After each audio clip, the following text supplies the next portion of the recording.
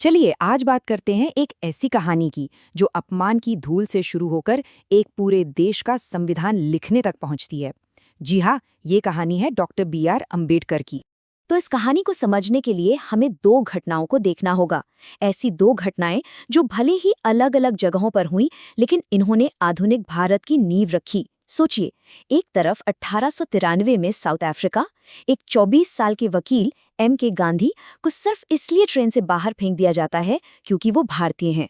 और फिर ठीक 8 साल बाद 1901 में भारत के अंदर एक 10 साल के लड़के भीमराव अंबेडकर को एक बैलगाड़ी से नीचे उतार दिया जाता है, सिर्फ इसलिए कि वो अछूत थे। दोनों का गुनाह सिर्फ उनकी पहचान। अब देखिए, गांधी को जो धक्का लगा उसने तो ब्रिटिश साम्राज्य की जड़ें हिला दी। पर अंबेडकर को जो धक्का लगा था ना, उसने भारत के अंदर हजारों साल से जमी हुई उस सामाजिक व्यवस्था पर मानो बिजली गिरा दी। एक ऐसी व्यवस्था जिसने करोड़ों लोगों से इंसान होने का सम्मान तक छीन लिया था। तो सीधी सी बात है, एक लड़ाई बाहर के दुश्मन से थी और दूसरी अपने ही घर के अंदर। तो उस दिन बैलगाड़ी से उतरने के बाद उस छोटे से लड़के के दिल में क्या आया होगा? बदले की आग? नहीं, बल्कि ज्ञान की ऐसी प्यास जगी जो फिर कभी नहीं बुझी। डॉक्टर अंबेडकर बहुत जल्दी समझ गए थे कि अगर इस अन्याय के सिस्टम को तोड़ना है तो इससे पहले समझना पड़ेगा। इसके हर शास्त्र को, हर कानून को गहराई से जानना होगा। और कमाल की बात देखिए, जिस समाज ने कहा कि वो अछूत हैं इसलिए संस्कृत नहीं पढ़ सकते, उसी समाज को उन्होंने दिखाया कि ज्ञान क्या होता है।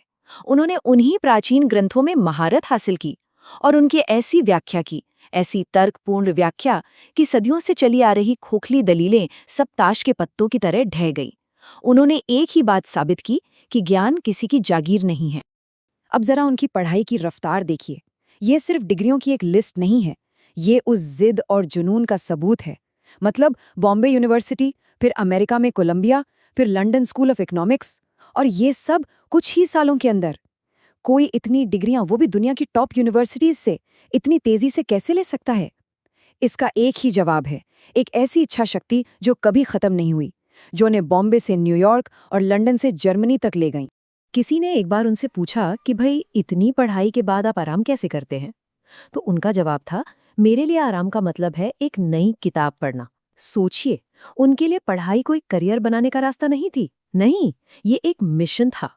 खुद को उन दिमागी हथियारों से लैस करने का मिशन जिनसे वो सामाजिक गुलामी की जिंजीरों को तोड़ सके। उनके लिए हर किताब एक नया हथियार थी। लेकिन हाँ, ये सारी डिग्रियां और ये सारा ज्ञान सिर्फ लाइब्रेरी की अलमारियों में सजाने के लिए नहीं था। ये तो उस असली लड़ाई का गोला बारूद था जो अब शुरू होने वाली थी। अब वक्त आ गया था कि क्लासरूम में सीखे गए सिद्धांतों को सड़क की क्रांति में बदला जाए। तो अब देखिए कि अंबेडकर ने अपने ज्ञान को एक्शन में कैसे बदला।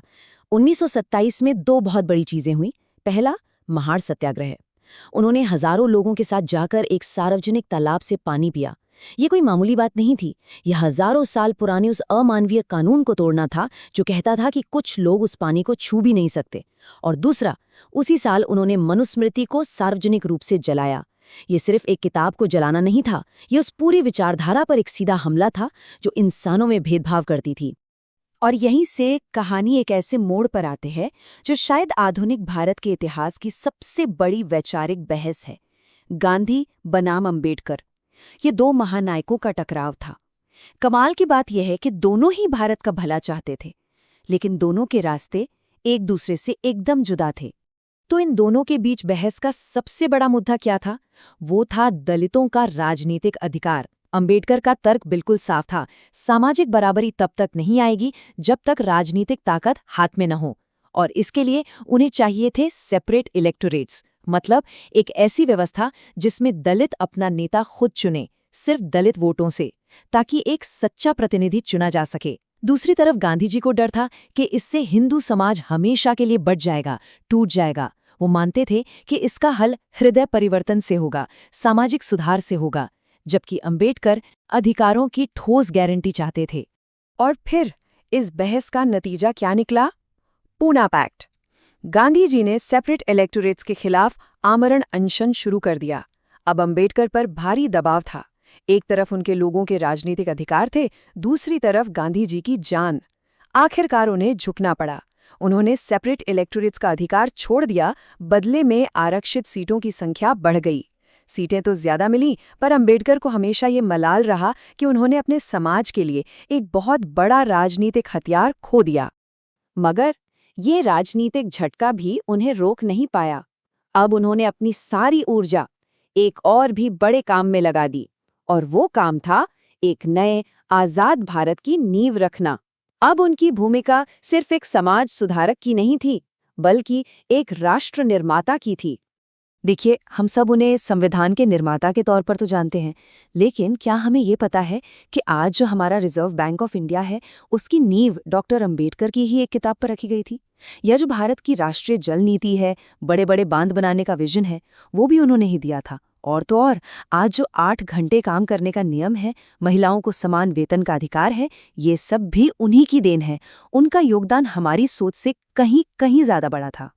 2 साल, 11 महीने और 17 दिन, इतना वक्त लगा डॉक्टर अंबेडकर और उनकी ड्राफ्टिंग कमेटी को दुनिया का सबसे लंबा लिखित संविधान तैयार करने में। जरा इस विडंबना को देखिए। एक इंसान जिसे बचपन में पढ़ने के अधिकार से दूर रखा गया, वही इंसान अब करोड़ों लोगों के अधिकारों की सबसे बड़ी किताब लिख रहा था। तो देश के लिए तो उन्होंने समानता का कानून बना दिया, लेकिन अब बारी थी उनकी अपनी मुक्ति की, और इसके लिए उन्होंने अपनी जिंदगी का सबसे बड़ा और आखिरी फैसला लिया। ये रास्ता था उनकी अपनी व्यक्तिगत और आध्यात्मिक आज़ादी का। उन्होंने 1935 में एक प्रतिज्ञा ली थी, मैं हिंदू पैदा हुआ हूं, पर हिंदू मरूंगा नहीं। और उन्होंने ये प्रतिज्ञा निभाई। सालों तक उन्होंने इस्लाम, सिख धर्म, ईसाई धर्म सबका गहरा अध्ययन किया, और आखिर में उन्होंने चुना बौद्ध धर्म को। एक ऐसा धर्म जो भारत की ही मिट्टी से निकला था, एक ऐसा धर्म जिसके मूल में ही समानता और करुणा है, और जो जाति व्यवस्था को पूरी तरह नकारता है। 1956 में लाखों अनुयायियों के साथ उनका बौद्ध धर्म अपनाना उनकी जिंदगी भर की लड़ाई का एक स्वाभाविक और शांतिपूर्ण अंत था। तो सवाल वही है, कैसे एक लड़का जिसे कभी एक सार्वजनिक तालाब से पानी तक नहीं पीने दिया गया, वो बड़ा होकर 1 अरब से ज्यादा लोगों के अधिकारों की किताब लिख देता है? बैलगाड़ी के उस अपमान से लेकर संविधान सभा की कुर्सी तक का ये सफर, ये सिर्फ एक कहानी नहीं है, ये शिक्षा की ताकत, आत्मसम्मान और कभी हार ना मानने वाले जज्बे की एक मिसाल है।